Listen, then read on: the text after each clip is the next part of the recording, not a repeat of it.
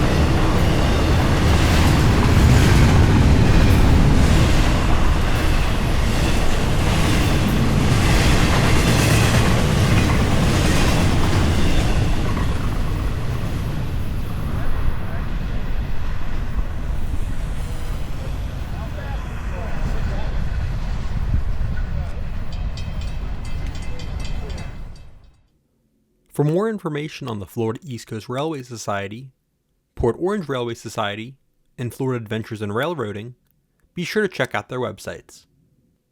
Thanks for watching. Be sure to like button and subscribe. Also check out my social media pages.